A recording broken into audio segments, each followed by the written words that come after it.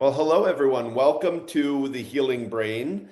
This is our weekly webinar and podcast here at Doman International, where parents with children with special needs join from around the world to ask us their biggest and toughest questions. My name is Spencer Doman. I'm the director of Doman International. Doman International is a nonprofit organization that helps children with special needs accomplish the impossible. And when we say accomplish the impossible, we mean help children learn to walk who have never walked before, learn to talk who have never talked, learn to succeed in school and live independently where that wasn't considered a possibility before. That is the goal for each child on the Doman International program. And I'm joined today by Douglas Doman. Douglas is the director of Doman International. Douglas has over 45 years of experience teaching parents of children with special needs around the world. He's lectured to thousands of parents from over 80 countries and nearly every continent. And Douglas, I've asked him to join our webinar today, not just because of his experience, but because he just wrote and published a book, which is called Glenn Doman, A Biography, which Never Leave the Wounded Behind, which is a book which is available on Amazon. And Douglas is also my dad. So welcome to the Healing Brain podcast. I'm glad to be here. Finally, you invited everybody else and his brother. Well, I'm glad you got to join for this topic. Maybe, the topic of today is 5 great lessons from Glenn Doman.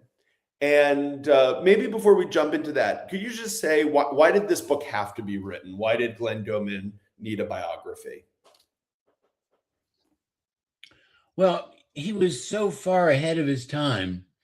He was blessed to have a great mentor, Dr. Temple Fay, who held the chair of neurosurgery and neurology at Temple University Medical School, one of the big medical schools here in Pennsylvania. Fay was a genius, way ahead of his time. He was the inventor of hypothermia, which there are hundreds of thousands of people around the world today who are alive because of Fay's work with hypothermia. All open heart surgery, most brain surgery is all transplant surgery, I think, is dependent upon hypothermia. That all started with Fay. And then working with your grandfather, together they pioneered new treatments for brain injured children and never looked back. Yeah. And it kind of goes without saying, Glenn Doman is my grandfather and Douglas's dad. So today we're going to talk about 5 great lessons from Glenn Doman. What's the first great lesson that you think parents should know? Oh, that he said the family is the answer for children with brain injury. And this is our whole program is based upon the family, mother and father, grandparents, aunts and uncles, neighbors, friends, the overall community. The spectacular results that our families have gotten over the last 70 years, they are the ones who actually do all the treatment. We are teachers. We teach the parents how to do the program at home. And then, of course, we pioneer new treatment methods that grow and develop the central nervous system. So the parents are the answer. They are the key.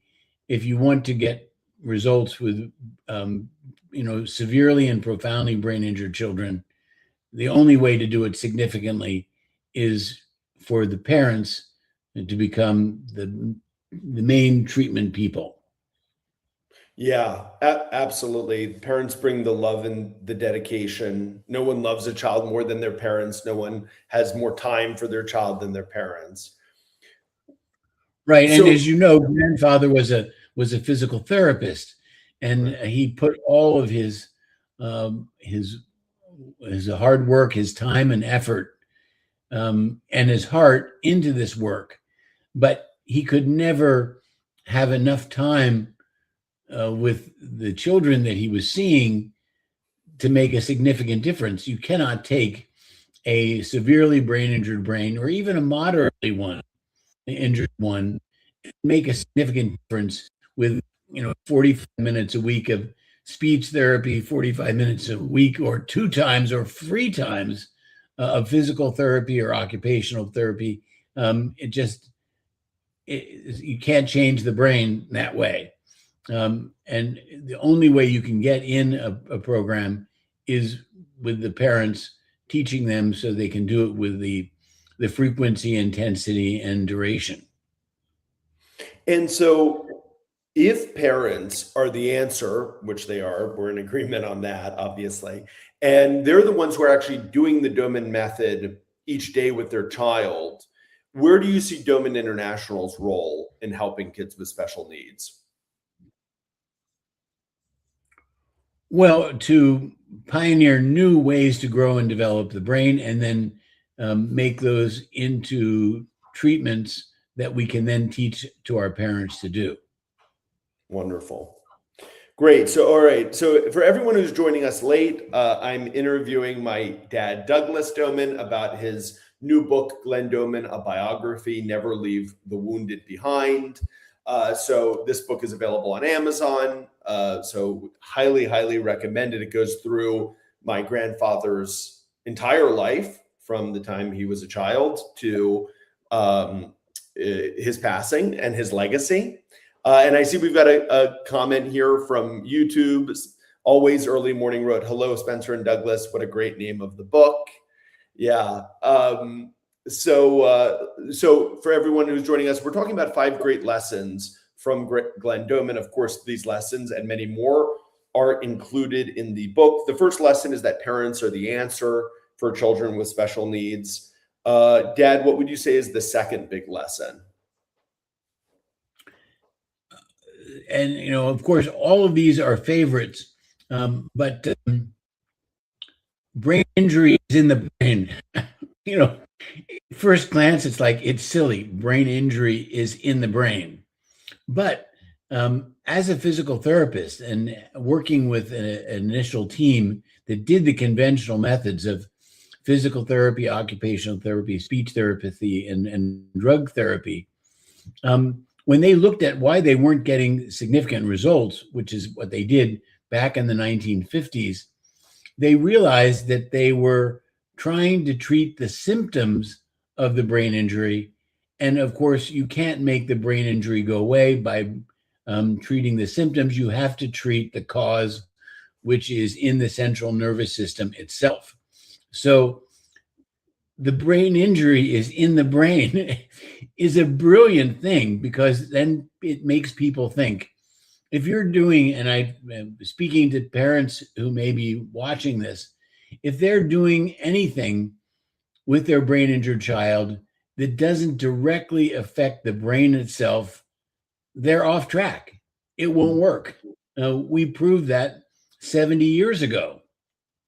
So a nice thing for parents to remember is brain injury is in the brain. And if we're going to make a significant difference and get the kind of results that are necessary for a child to survive and thrive, we have to stay on track 100% of the time on the brain itself. Yeah, absolutely. And one of the many stories that are detailed in the book is when my grandfather, Glenn, was a young physical therapist. He was working with a family where an older man had had a stroke. And he was doing physical therapy and moving the man's arms and legs because the man had lost use of them. And at one point, a young woman in the family, I think the daughter, was kind of pushed forward by the family to ask him a question. And she said something like, "Mr. Doman, I have a question. Didn't my father have a stroke in the brain?" And he said, "Yes, of course," And she said, "Okay, well, if he's had a stroke in the brain, why are you moving the arm back and forth?" How's that going to make a difference? And for my grandfather, he gave an answer that he regretted his entire life, that he had heard many professionals make, over the years, which he told her, oh, you would have to go to school for years to understand that. But he knew internally that he didn't know the answer to that question. He didn't know why he was moving the patient's arms and legs. He had just learned that as a physical therapist in school. And that kind of plagued him in a sense. It pushed him for the rest of his life to know not only what to do to help people with neurodevelopmental issues and brain injuries, but why. And it's why he focused so much on whys. And he taught parents why they're doing things as well. So wonderful. For everyone who's joining us late, we're talking about the latest book written by my dad, Douglas, Glenn Doman, a biography, Never Leave the Wounded Behind. And it is available on Amazon. We're talking about 5 great lessons from Glenn Doman. So number 1 was parents are the answer for children with special needs. Number 2, brain injuries in the brain. What is number 3? So I would say physiology versus pathology. And this is at the heart of everything that we do. And it's also at the heart as to why the conventional methods don't work. Modern medicine is all about pathology. It's about illness. And so it's about getting rid of illness. And so the whole field of helping children with neurological problems has been about looking at it from a pathological standpoint. And this has led to huge misunderstandings and problems, particularly for parents, because medical doctors were taught in medical school that, of all the cells in the human body, when a brain cell is dead, it's dead.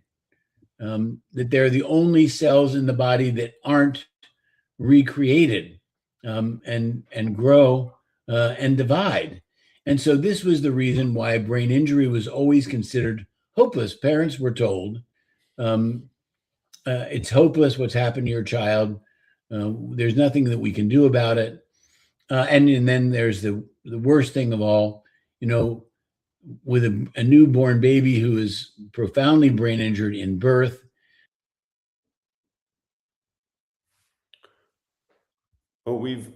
I'm not hearing Douglas anymore. Colleen, can you hear? Did you lose audio as well? Yes, Colleen lost audio as well. Dad, we lost your volume. Can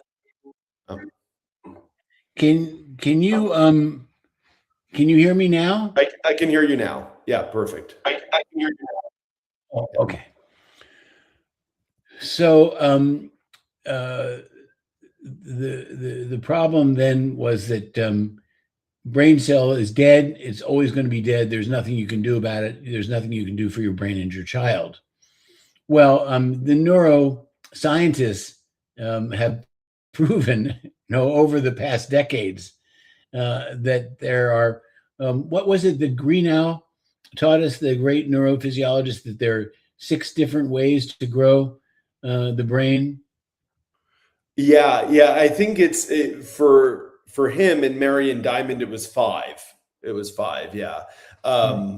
Yeah, they isolated 5 different ways of changing the human brain. Number 1 is physical activity. Number 2 is diet and nutrition. Number 3 is challenge. So anything that challenges a human is going to change the brain. Number 4 is newness, something that's new and stimulating. And then number 5 is love. Those are the 5 elements that they found in the lab changed brains. And grandfather built that into our program more than 50 years ago, more before the neuroscientists understood any of those things. Right. He had intuited that, and of course, with phase background in the brain itself, that it's built in, and of course, we've been growing those areas, ever since. Yeah. So I think that the fact that our program is physiological in nature, it's not about trying to get rid of pathology. It's about taking those billions and billions of well neurons in the brain of a profoundly or severely brain injured child, and then growing those neurons, making them effective to actually run the body the way that it should be. So, he has always insisted that we stay in physiology, as opposed to not wasting time with pathology. Yeah, and I think that goes to a not just a scientific understanding, but a philosophical view of before you can really understand illness, you have to understand wellness first. Like, what is wellness? And I think for a lot of the kind of medical industry and therapeutic industry, they'd probably say wellness is an absence of pathology. So if there's no illness, which is obvious, someone is fine. And we know that's not the way the human body works, right? Often disease takes days, months, years to develop and show up over time. So someone could appear well and not be at all well, right? And so you have to understand what wellness is first. And so when grandfather, I'll keep saying Glenn Doman, so people who are new to us know who we're talking about. He realized, well, to really understand children with developmental delays, first I have to understand how well children develop. And so for years and years, he studied how do well neurotypical kids develop from birth to age 6. And then once he really understood that, it made it much easier for him to understand, okay, this is how well children develop. How are we going to get these children to develop like those children? Or maybe even faster in certain ways. So it's about understanding wellness. And actually, in many ways, I think the world is catching up on these concepts. I was talking with you, Dad, yesterday. We were talking about a new area of science, which is brand new and not very well understood, which is the use of peptides, right, in treating certain issues. And I heard a scientist who's an expert in peptides being interviewed, and he said, it's interesting. For most of human history, we look to nature for medicine, right? Plants. And then more recently, we started to look to the lab, like let's make medications to cure issues. And he said, and just now we're starting to actually look to the human body. And that's what peptides are. They're naturally occurring like amino acid chains in the human body, and they're just replicating them, right? So in many ways, they're trying to understand wellness to help improve treatment, right? And that was a phenomenon that Glenn Doman was talking about in the 1950s. All right, we've got a lot of great comments here that I just like to pull up. So here's a comment from Jane. You know Jane well, Dad. Jane says, I am a mother of a brain injured child who is on the Doman program and is doing fantastic. The Doman program has been the best gift to our lives and has created treatments I enjoy with my child. It has been a miracle for our family. Douglas Doman's book, Glenn Doman, is honestly the best biography I've read, and I've read over 300 biographies in my life to date. Wonderful. Thank you, Jane. Deeply, deeply appreciated. We've got a question here for you, Dad, that I think this is from one of our Italian moms, Federica, who's asking in Italian, but Federica understands English. So if you answer in English, she'll understand. She's saying, will the book be translated also into Italian? A big hug. Well, yes, I would love to. Our principal languages are Italian, Spanish, Serbian, Russian, and now Arabic. So I would love to have the book translated into all those languages. So and let's hope and pray that will happen. Wonderful. And I do have to say, many of the recent books that my dad has written we wrote two books together. One is called The Doman Method, from special needs to wellness, in Italian Il Metodo Doman. That is in Italian. And then there's also Answering Autism, is also in Italian as well. All right, we've got a great comment here from Annabella, who says, I wasn't planning to comment, but I just want to thank this perfect duo for dedicating their lives to this invaluable project, which prevents so many children from being left behind. Annabella is, Dad, you've met her. She's the mom of Vanessa. They're from Florida. They've come to Philadelphia for visits. Also Florida. Yeah. Wonderful. Well, I didn't include it in terms of the 5 points that you asked me for this, but Isabella has brought it up, which certainly is maybe the 6th point, and that is the subtitle of the book, which is We Never Leave the Wounded Behind. Mm-hmm.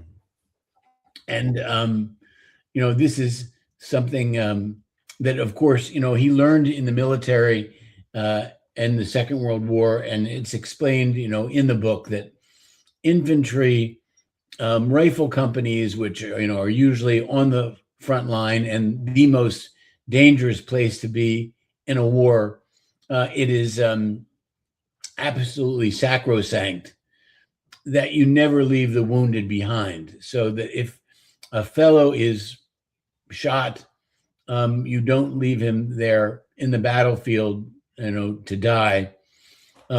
You do everything you can to save his life. And this dad applied to brain injured children. Parents never take the advice of get rid of him before you love him, meaning institutionalize the child before you get to love him, because mother has loved him from the moment he was conceived. Dad has loved him or her from the moment she was born. It's advice that's too late. And I've never heard of a parent that's ever accepted that piece of advice. Certainly, they're not the kind of parent that ever comes to us. And one of the beauties of the internet is that now we get children when they are babies, 8 months old, 12 months old, 14 months old. That never happened in the old days when we had a waiting list and we didn't get to see children until they were 8, 10, 12, or 14. Well, it makes a huge difference to start with a baby in terms of the brain being so much more plastic and so much more prepared to take in information and organize it. So never leave the wounded behind, of course, is very much a part of our program and always will be. Absolutely. Well, for everyone who's joining late, we're talking about my dad, Douglas's newest book, Glenn Doman, A Biography, available on Amazon. We're talking about 5 great lessons from Glenn Doman. So we've talked about lessons like, parents are the answer for children with special needs, that, brain injury is in the brain. The root cause of their issues is in brain development.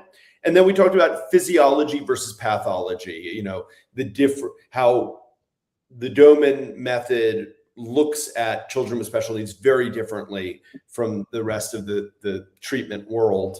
What's your 4th point, the 4th lesson from Glenn Doman? Well, it relates to physiology versus pathology, and that is that function determines structure. And this is doubly important in our work. Function determines structure. As the physical guy with, mobility of children, getting paralyzed, immobile children crawling on their tummies, creeping on their hands and knees, standing, walking, and then eventually running and hopping and skipping, jumping. Function determined structure is key because often, parents are told, oh, well, your child's immobile. How could you expect him to move? He's weak because he can't move. His muscles are not developed so that his structure stops him from being able to move. And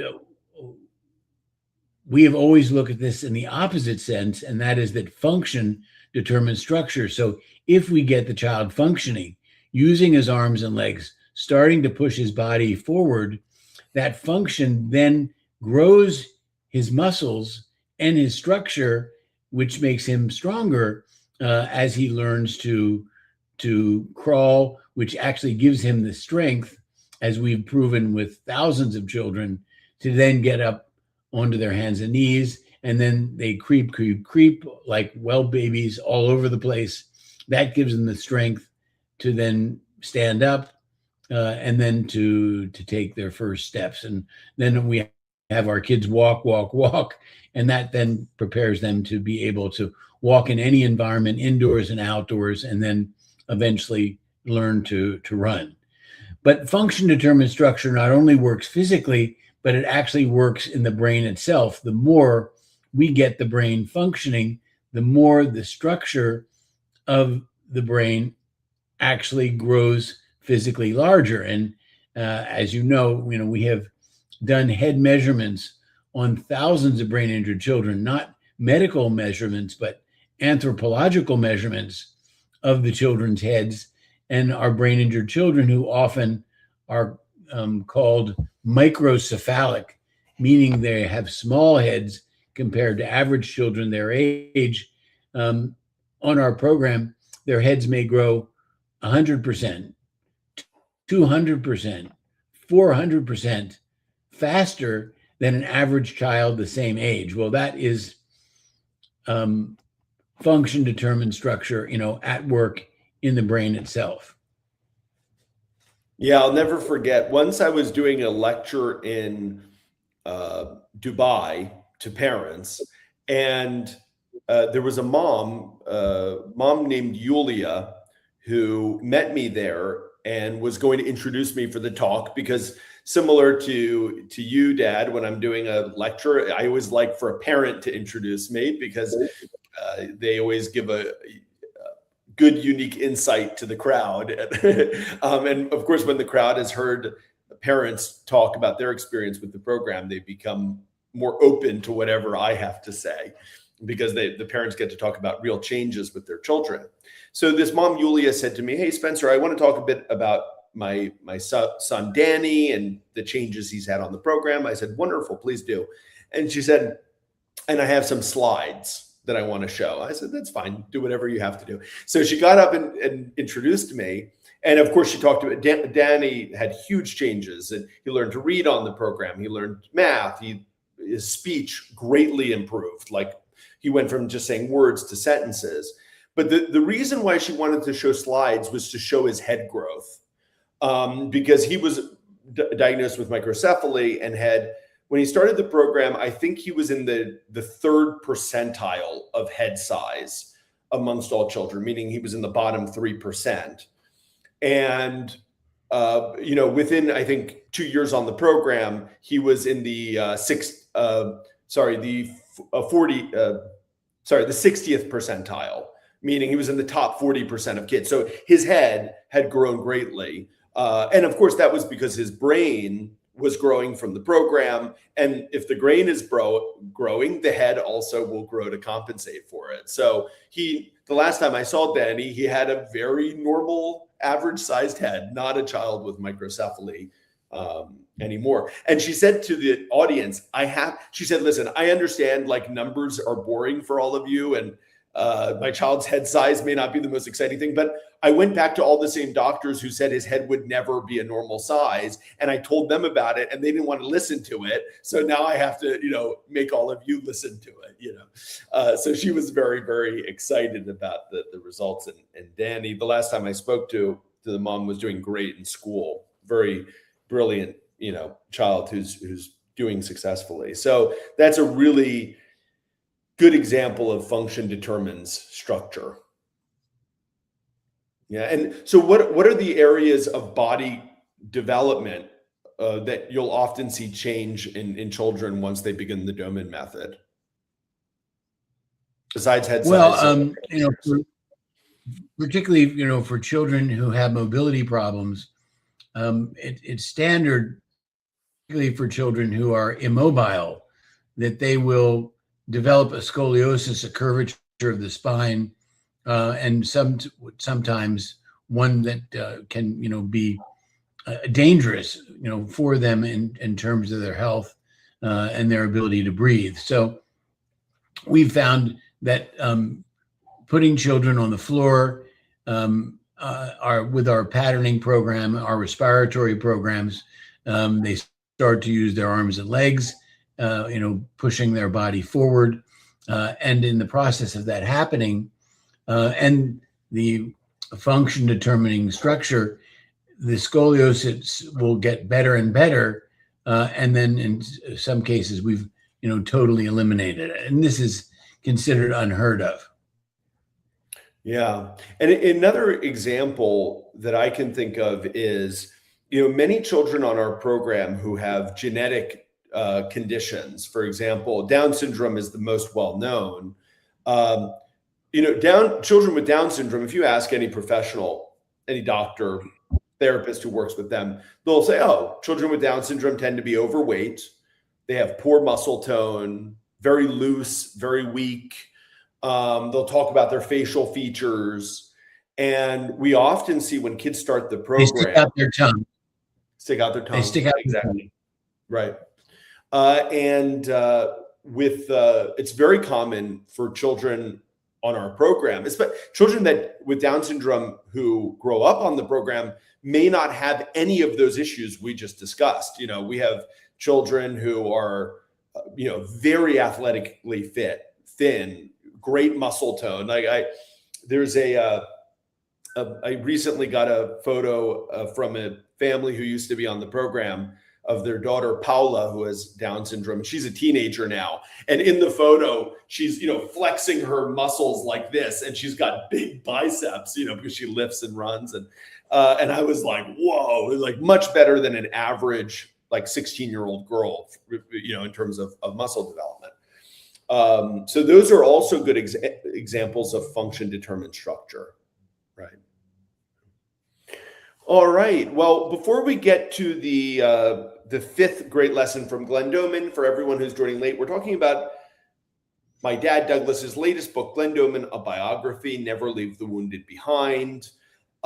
This book is available on Amazon. We're talking about 5 great lessons from Glenn Doman. Before we get to the fifth, I just want to quickly translate a message in Spanish from Maria, who says, I was fortunate enough to know Douglas in 2003 in Mexico, and I learned a lot from him.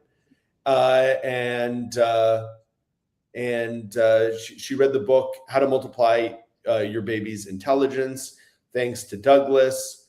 And I appreciate you and your team very much. I send my love.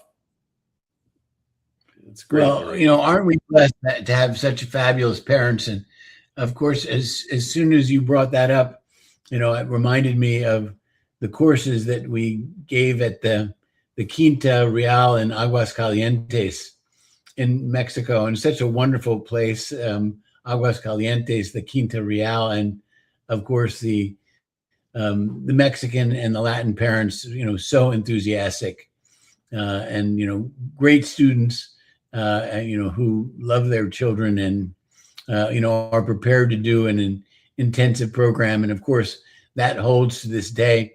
We have families from all over Latin America, Spain, and of course, in the United States, in our core states of Florida, Texas, and California. We have, so many Latin families doing wonderful programs. Wonderful. All right. So what is the fifth lesson that you have from the book Glenn Doman, A Biography?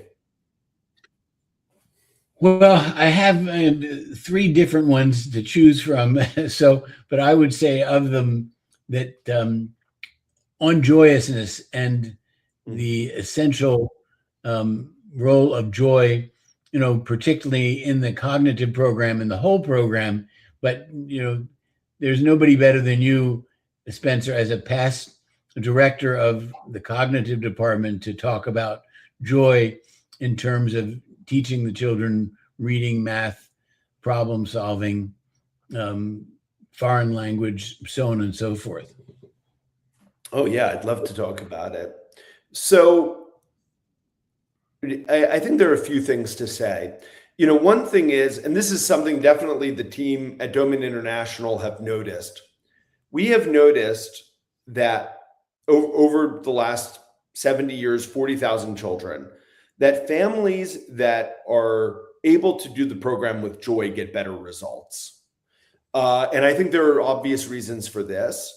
And some are maybe more obvious. Things like if you do something with joy, you're going to be happy to wake up the next day and do it. And that allows families to stick with the Doman method for a longer period and get much better results. But also from a learning standpoint, when children, and this is actually for all humans, when children are in a joyful state, their ability to learn is much better rather than if they're in a stressed or a fearful state.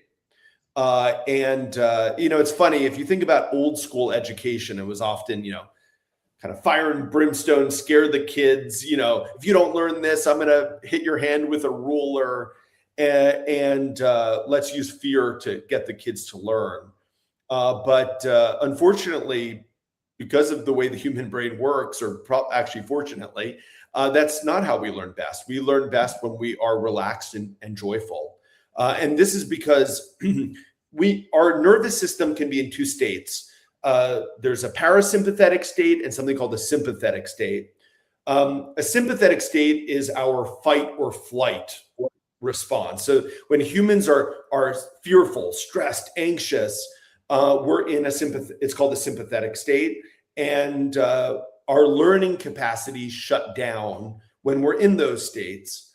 And if any of you, sometimes I've actually had this experience where, I need to find something important, or, I have a moment of panic, and you'll kind of find your ability to problem solve gets much worse when you're panicked and rushed. And that's a sympathetic state. And it makes complete sense when you think about it from a human standpoint, right? If we're in the Serengeti and there's a lion that's threatening to us, we don't need to sit and learn at that moment. All you have to do is run away or fight the lion. That's all that matters in that moment if you want to survive. So when we're stressed, fearful, our learning capacity shut down for obvious reasons. But when we're in a parasympathetic state, which is it's called the rest and digest state, when we're relaxed, that's when actually we learn best, because our nervous system allows us in those moments, okay, this is a good time for you to learn, right? So when children are relaxed and joyful with their parents, they learn well. If they're in a frightening, anxious situation, their learning capacity is shut down. And that's why also it's very important. I was speaking to a family recently about, should the child be doing the Doman method at home, or should this child be in school? And the parents told me, the child has been dealing with some bullying at school, very stressed. Every morning my child cries when we go. And they said, we don't think the child's really learning anything at school anyway. And I said, well, yeah, I mean, especially if your child is anxious and upset, your child's learning capacity isn't going to be great. So, so joy is an essential part of our cognitive program, but a part of all the programs. Anything else you want to add to that? Well, it applies in terms of mobility. I mean, for kids who have mobility problems, movement is difficult. And so to motivate them, the only way to do it is as a game. Okay, we're crawling or creeping on the ground here. We're snakes on the ground, and we're crawling around looking for food or whatever, or we're lions, doing the same. So it's games to keep the kids interested. And this is not just a matter of kids, but it also applies to us adults. I mean, we've been blessed because our good friend Tony Robbins has donated many of his best courses to us, where we've attended these courses over days. And And Tony always makes the teaching process a joyous and a fun and an entertaining one. So it works for adults as well. And Tony will say that his courses wouldn't be the huge successes they are if it wasn't for the fact that he's basically entertaining people as he's teaching them. Yeah, absolutely. And for everyone who's joining us late, we're talking about my dad Douglas's latest book, Glenn Doman, a biography, available on Amazon. I see that I love this photo that you used of him in his office looking at notes, and you can see a model of the brain there next to him. This is one of my favorite photos of him at work. I see a comment here from. Yeah. Go ahead. Well, just since you brought up the brain, that brain there is a solid stainless steel brain, very, very heavy, and that was made by the International United Steelworkers Union, which has supported our work for decades. One of the biggest supporters of our work, the Steelworkers Union. So, as an award for my father, they had that stainless steel brain made for him. It was very expensive, and of course he loved it, and held it dear to himself, both because of his love of the brain itself and the steelworkers as well. Amazing. Well, I'll get in trouble if I don't bring up the next comment. So my mom, Rosalind, and your wife said that motivation is a product of success. That's what I remember the most from Glenn's teaching. So can you talk a bit about that, about how he always used to say to parents, success creates motivation? Can you talk about, what does that mean, success creates motivation? Well, he would also say success creates success and failure creates failure. And that's so true. If a brain injured child is trying to speak, and is desperately trying to communicate, to his parents, and he says the word, he's thinking in his mind, "Mama," and it comes out completely wrong. And grandmother says, "No, you must say mama. You must say mama." The brain injured child knows he's failed. He tried really hard. It was difficult for him to say the word, and he even did it several times at grandmother's insistence. And then she tells him how bad it was. And of course, we're teaching the child, don't ever make that mistake again. Don't say mama, and certainly don't say it around grandmother. Whereas, and of course, this is one of the great things with our Latin mothers who are so enthusiastic. The child says, "Mama," completely wrong, and mother goes, "Oh, that's beautiful. Oh, you said my name. You called me mama. You're so wonderful," and then kisses the child and dances around the room with him. And the kid says, "Wow, I can't wait for her to let me say it again. I want to say it again, even better this time." Yeah, actually, before this webinar session, I was talking to a family in South Africa. They have a 10-year-old, and they were telling me, they got started with they came for an appointment at the Doman International Clinic in Italy. And when they got started, they went, okay, we know she's 10 years old. She's way behind her peers. And they said, we don't really know what to expect, but we're going to start. And they said they started the program.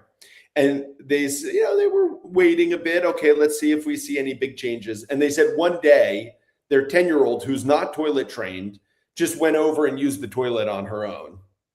And they were shocked, because as 10-year-olds don't just start using the toilet on their own at age 10.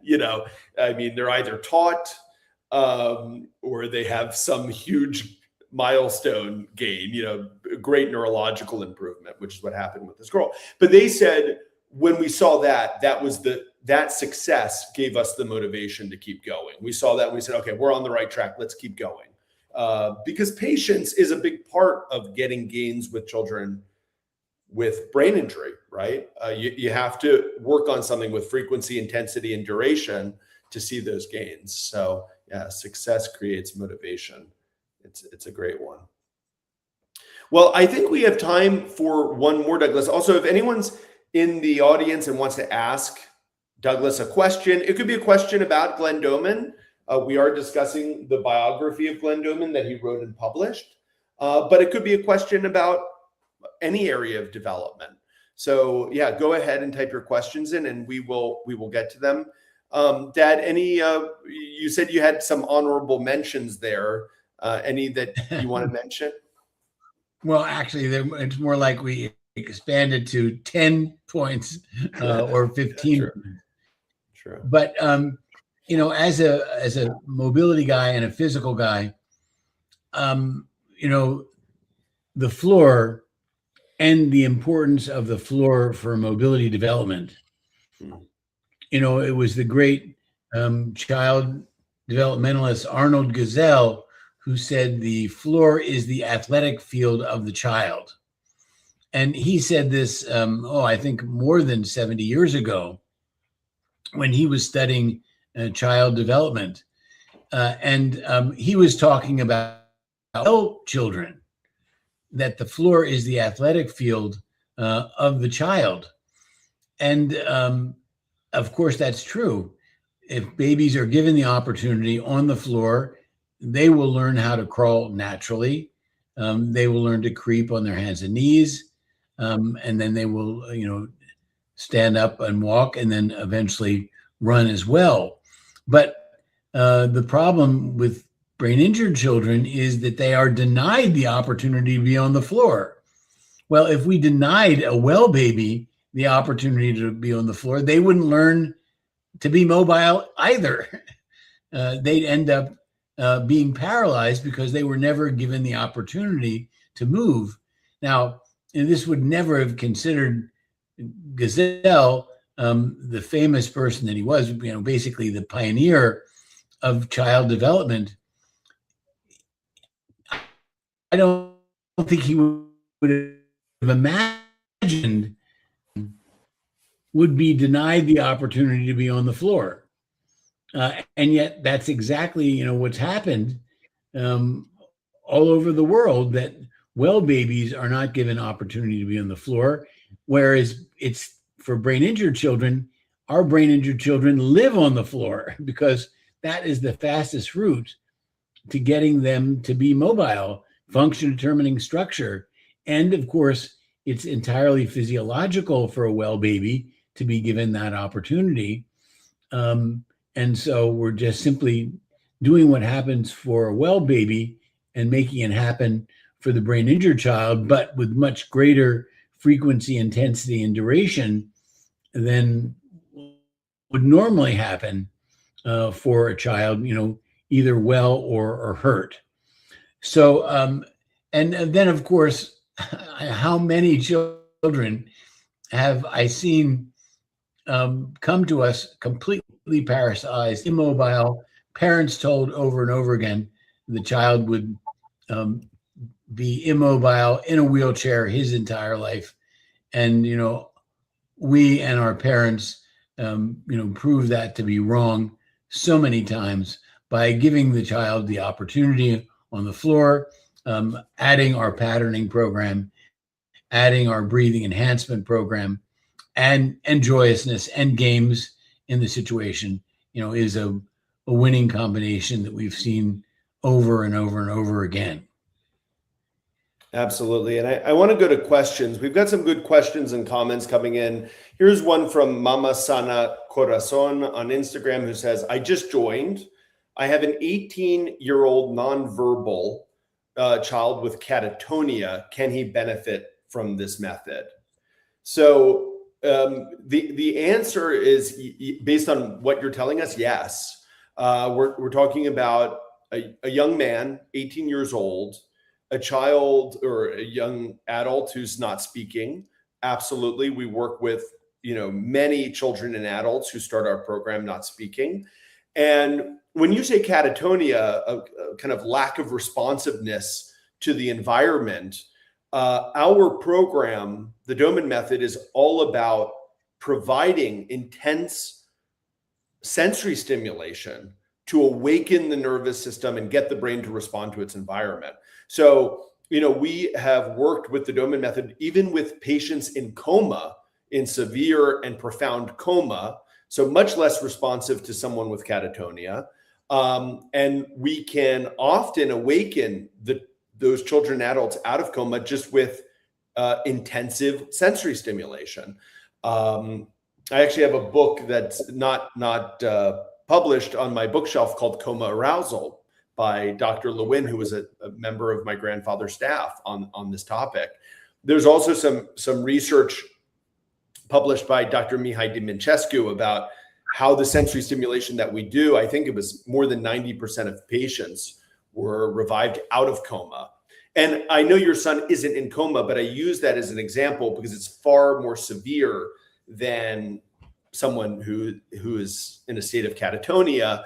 And so what we would do is visual stimulation, auditory stimulation, tactile stimulation, even smell and taste stimulation, because those sensory pathways are all pathways that carry information into the brain.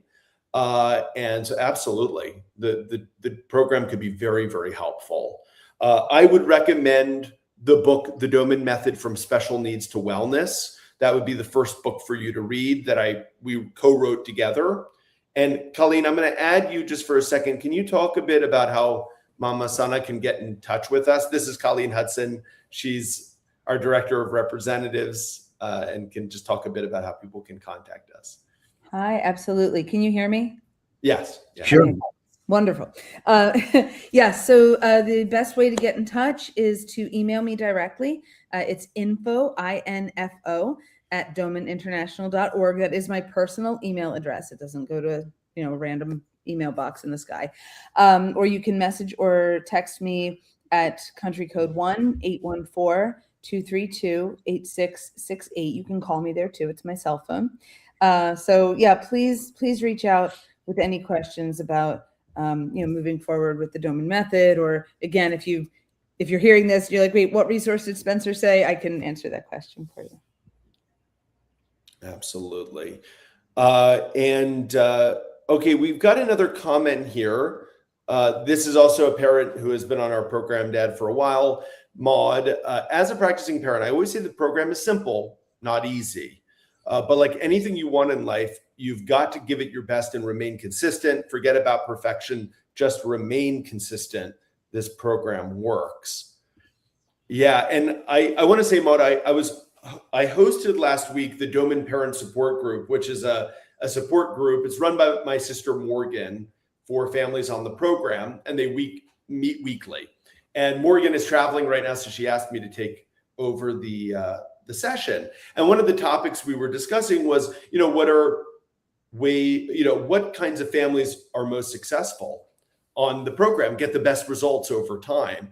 And I said, actually, one of my factors that I've noticed is when parents, especially moms, forgive themselves quickly. When they just say, today went the way it went, tomorrow's a new day, let's go.